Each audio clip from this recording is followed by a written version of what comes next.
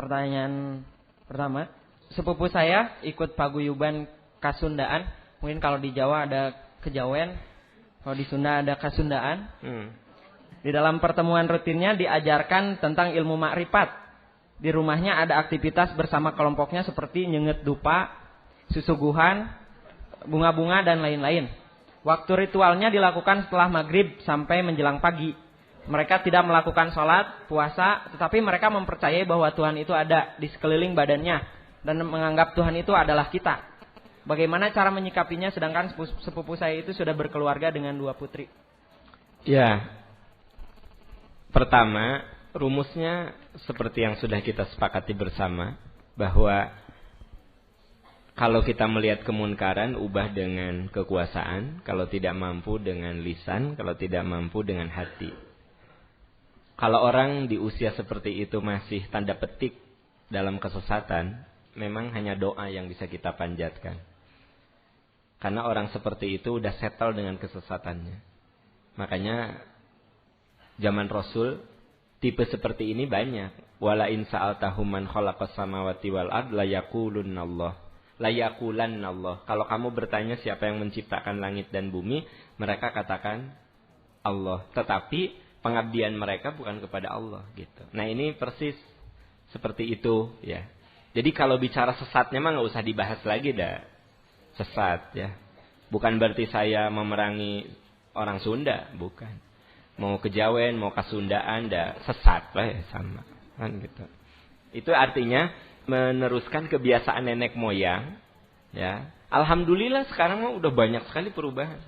Dulu mah kalau malam Jumat sering gitu kita mencium bau kemenyan ya. Iya. Dulu waktu kecil yang hilimir gitu. Kita lupa hari juga ingat, iya pasti malam Jumat. Karena ada bau. Nah, tapi sekarang kan sudah mulai berkurang. Jadi begini, perubahan itu memang butuh waktu. Saya lihat kondisi umat Islam sekarang ini makin bagus ya. Kalaupun masih ada yang seperti tadi, itu jumlahnya makin kecil nanti juga habis. Apalagi kan dia sudah berumur belum, ya tunggu aja lah dah. Tuh, nggak usah terlalu khawatir karena kalau 40 meren paling lama 20 tahun lagi gitu ya. Habis aja gitu. Dan makin kesini makin berkurang. Nah, tugas kita adalah membangun generasi-generasi berikutnya. Itu sebabnya Rasul menyebutkan kalau ada orang yang sudah sepuh dan orang muda itu dua-duanya ahli ibadah, Allah lebih suka kepada orang muda yang ahli ibadah. Ya, karena memang orang muda yang ahli ibadah secara hitungan matematik dia masih punya waktu banyak gitu loh. Anda sudah melakukan, Anda sudah mengingatkan dengan hati. Ya syukur-syukur Anda bisa discuss. Tapi kalau nggak bisa discuss ya sudahlah gitu. Terus kita itu kalau ngubah orang jangan terlalu berambisi untuk berubah oleh tangan kita. Gini-gini, kita punya anak.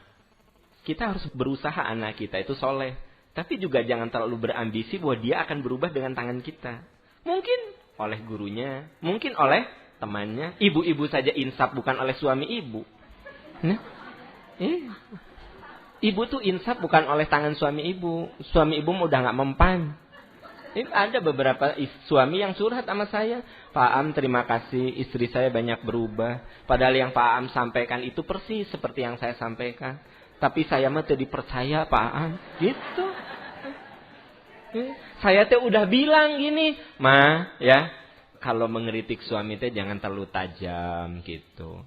Karena katanya setiap orang kan punya kelemahan gitu. Apa katanya? Lah, eta mah kahayang papa we gitu. Tapi cenah begitu Pak Aam ngomong, istri saya teh berubah. Ngomong teh jadi lebih santun. Nah, jadi kita itu kalau mau ngubah orang, tidak perlu terlalu berambisi oleh kita. Saya juga tidak terlalu berambisi, Anda berubah oleh tangan saya. Tapi semoga gitu. Mungkin saja oleh saya tidak berubah, tetapi begitu dengar dari yang lain, kok sama dengan yang diomongin sama Pak Aam, baru robah. Bukan oleh saya, oleh tangan kedua. Gitu. Atau Anda pernah dengar dari orang lain. Sekarang saya ngomong, oh bener, si Pak Am gitu, rubah oleh saya. Padahal informasi awalnya dari orang lain. Jadi kita tidak tahu berubah itu oleh tangan siapa. Nggak tahu.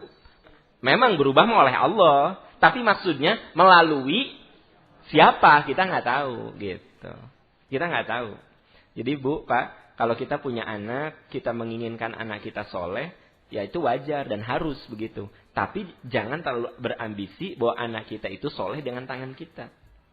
Jangan terlalu berambisi gitu. Ini juga sama, belum tentu oleh tangan Anda, tetapi boleh jadi Anda bersaham mendoakan dia gitu. Ya, wallahu a'lam.